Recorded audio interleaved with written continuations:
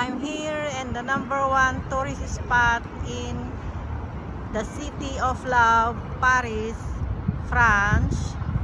This is the top 1 tourist attraction in Paris.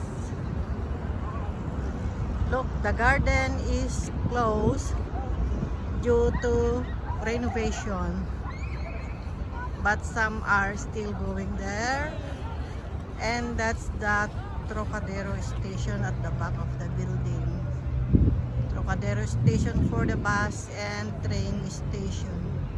What you can do here, you can just sit on the bench, you just walk or take photo or video of yourself at the Eiffel Tower or ride a boat on the river.